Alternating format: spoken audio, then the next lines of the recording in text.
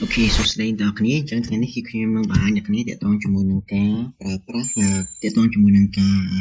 ca sầm lên và ca sầm lên là không cầm thi được gần series số chẳng này cái này bài máu khơi sầm lên bạn nhắc này miên sầm lên record hỏi và nhắc này ai cho một pra rồi cái sầm lên ai mùi cái đói nhắc này ai cho một cái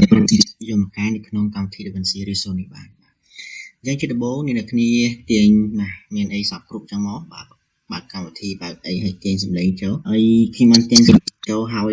បាន record សំឡេងហើយឲ្យសម្រាប់ធ្វើការតេស្តហ្នឹងសួស្តីអ្នកនរគ្នាចាថ្ងៃនេះខ្ញុំបានអ្នកគ្នាទាក់ទងជាមួយក្នុងនេះអ្នកគ្នាស្ដាប់ទៅឃើញ noise ច្រើនបាទវាអត់ color វាអត់ color ទេបែកអញ្ចឹងជំហានដំបូងអ្នកគ្នាត្រូវមាន audio បាទក៏មាន audio ហើយឥឡូវចាប់ផ្ដើមនៅក្នុងកម្មវិធី DaVinci Resolve នេះគឺមាន ផ្នែក toolbar ខាងក្រោមនេះបាទអញ្ចឹងនៅក្នុងនេះអ្នកចូលកន្លែងនេះបាទអ្នកឃើញកន្លែងបទចម្រៀងសញ្ញាចម្រៀងនេះចូលលើមកសម្រាប់សញ្ញាសំឡេងនៅពេលដែលអ្នកទាំងអស់គ្នាបើកហើយឃើញបែបនេះបាទនេះគេហៅថា track ហើយមាន track ទី1 track ទី2 track ទី3អញ្ចឹងណានេះអាចធ្វើការ copy អីបានអញ្ចឹងអាចបង្កើត track អីបាននេះការ add track stereo អីឬក៏កាត់ track អីអ្នកអាចកាត់លើនឹងបានប៉ុន្តែអ្វីដែលខ្ញុំបង្ហាញអ្នកគ្នាថ្ងៃនេះគឺខ្ញុំបង្ហាញតែអំពីការកែសំឡេងអ្នកគ្នាបានមកឃើញតង់ជាមួយនឹងការប្រើប្រាស់នៅក្នុងកម្មវិធី DaVinci Resolve អ្នកគ្នាឃើញកន្លែងនេះអ្នកគ្នាអាចធ្វើការតម្លើងមកឡើងតិចដើម្បីរៀនលឿនបន្តិចបាទកម្មវិធី DaVinci Resolve គឺជាកម្មវិធីកាត់តដ៏ពេញនិយមជាមួយនឹងការប្រើប្រាស់ copy បាទ copy មួយខាងក្រៅមួយសិនជាមួយនឹងការប្រើប្រាស់នៅក្នុងកម្មវិធីទាំងមួយគឺខ្ញុំកែមួយទៀតគឺ original ដែរតែពីនឹងខុសគ្នាមកឥឡូវចូលម្ដងទៀតកន្លែងហ្នឹងមកអ្នកគ្នាចូលកន្លែង effect ហើយយកពាក្យថា noise reduction ណាកន្លែងហ្នឹងមកមួយចូលកន្លែងនេះហើយយើងចុចកន្លែងនេះហើយយើងចាប់ផ្ដើមស្ដាប់ DaVinci Resolve បាទកម្មវិធី DaVinci Resolve គឺជាកម្មវិធីនេះអ្នកគ្នាមកពីកាត់សលេង noise ប្រើប្រាស់នៅក្នុងកម្មវិធី DaVinci Resolve បាទខ្លះឥឡូវយើងមើលប្រៀបធៀបសលេងដើមវិញបិទខាងលើបាទកម្មវិធី DaVinci Resolve គឺជាកម្មវិធីកាត់តមួយដ៏ពេញនិយមដែលគេតែងតែប្រើប្រាស់នៅក្នុងការវីដេអូដែល focus ទៅលើ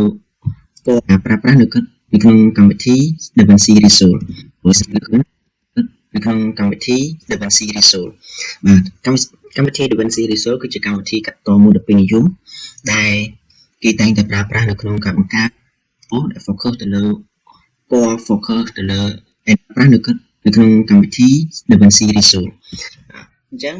នៅពេលដែលយើងកាត់សំឡេង noise ទៅគឺវាអត់សូវមានសំឡេងរំខាននេះបាទអត់សូវមានសំឡេងរំខាននេះបាទតំទៀតអ្នកគ្នាចូលកន្លែងនេះបាទកន្លែង audio ទី1ហ្នឹងអ្នកគ្នាចូលកន្លែងសញ្ញានេះ EQ បាទឬក៏ EQ ហ្នឹងឯងយើងចុចកន្លែងសញ្ញាបន្ទាត់ Q ហ្នឹងឯងបើសិនជាយើងចង់កែនៅក្នុង track ទី1ឬ track ទី2ទី3អ្នកគ្នាចុចតាម track ឥឡូវវីដេអូដែល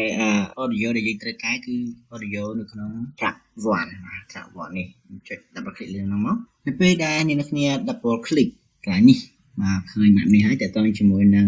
យើងចុចកន្លែងនេះ brand ទី1 brand ទី2អញ្ចឹងអ្នកគ្នាចុចកន្លែងហ្នឹងគឺ fade បាទដាក់ fade វាទៅហើយបន្តទៀតអ្នកគ្នាអាចធ្វើការកែបាទឥឡូវខ្ញុំធ្លាប់ប្រើទាញវាបាទទាញវាដល់កន្លែងនេះគឺស្លេងបាសហើយធំណាគីឡូឥឡូវថាអញ្ចឹងនេះ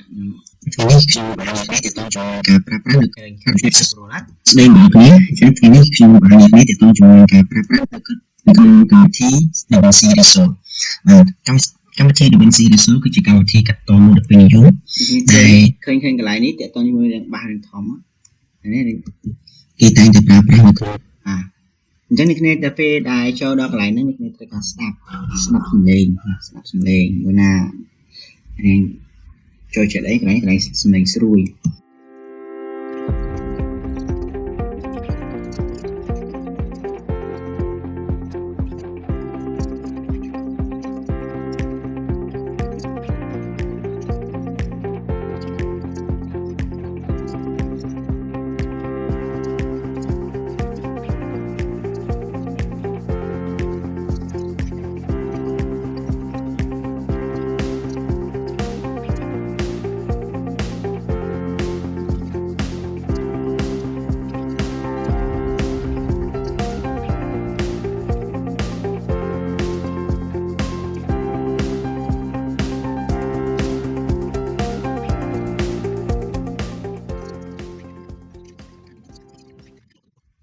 សំឡេងនៅក្នុង EQ បាទហើយនឹងការកាត់សំឡេង noise គេតែងតែប្រើប្រាស់នៅក្នុងកម្មការបាទនៅក្នុង effect នេះបាទអញ្ចឹងមានពីរចំណុចហ្នឹងទេវាមានច្រើនអ្នកគ្នាមានច្រើនជាងហ្នឹងទៀតណាអ្នកគ្នាអាចធ្វើការ search បន្ថែមទាក់ទងជាមួយនឹងការប្រើប្រាស់ delay ឬការ delay ណា focus លើ animation ហើយនឹងផ្សេងៗច្រើនទៀតតែវាមានសារៈសំខាន់ខ្លាំងបាទឃើញទេអ្នកគ្នាអាចធ្វើការកែសំឡេងកែអីនៅក្នុងចំណុចណាមួយបាទច្រើនគឺថាការកំណត់ទីកំណត់ពិសេសនេះដែលនេះជានៅក្នុងសាលនៅក្នុងអីគេប្រើសំឡេងហ្នឹងហើយเป็นซีรีส์សំឡេងដែលគេកំពុងនេះហូគេប្រើលក្ខណៈដែលគេសម័យពេលសម័យទៅគេប្រើគិតក្នុងចិត្តទៅគេសម័យទៅគេដាក់សំឡេងហ្នឹងដូចជាកម្មវិធីកាត់តដូចនិយមបាទ delay មកហ្នឹងយើងអាចបិទអានេះចេញក៏បានដែរបាទបិទទៅលេងអីដែលខ្ញុំបានលើកនេះទាក់ទងជាមួយនឹងការប្រើប្រាស់បិទទៅលេងអីនៅក្នុងកម្មវិធីហើយយើងចូលទៅមើលនៅក្នុងនេះរបស់យើងវិញបាទការប្រើប្រាស់នៅក្នុងកម្មវិធីដែលបាន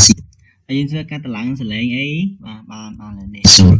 បាទកម្មវិធី DaVinci Resolve គឺជាកម្មវិធីកាត់តដ៏ពេញនិយមជាកម្មវិធីកាត់តដ៏ពេញនិយម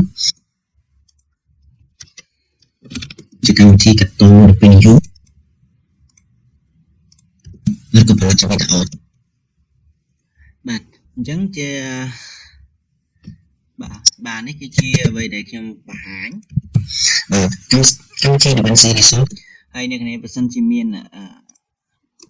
បាទអញ្ចឹងថ្ងៃនេះគឺខ្ញុំបង្ហាញអ្នកគ្នាទាក់ទងជាមួយនឹងកន្លែងឬក៏ចំណុចក្នុងការកែសំឡេងបាទកុំឲ្យមានសំឡេង noise ខ្លាំងបាទជាទូទៅបើសិនជាអ្នកគ្នា record សំឡេងអីអ្នកគ្នាអាចរកកន្លែងស្ងាត់បាទហ្នឹងកាត់បន្ថយទី1កន្លែងស្ងាត់បាទទី2យើងអាចប្រើ micro បាទ micro ដើម្បីកាត់បន្ថយសំឡេង noise ទី3យើងប្រើកម្មវិធីនៅក្នុងដូចជា DaVinci Resolve នេះអាចកាត់សំឡេងបានបាទសេរីសំឡេងបានកុំឲ្យលឺសំឡេង noise ខ្លាំងបាទដោយសារជាក់ស្ដែងខ្ញុំអត់មានទីនេះគឺកន្លែងក៏អត់ស្ងាត់ដែរហើយអត់បានប្រើ microphone ទេគឺគេ record ពី computer ទៅអញ្ចឹងសលេងនៅក្នុងនេះគឺបាទអញ្ចឹងសូមអរគុណចំពោះការតាមដានទេសនានៅវីដេអូដែលនៅទាក់ទងជាមួយនឹងការកែសំឡេងនៅក្នុងកម្មវិធី DaVinci Resolve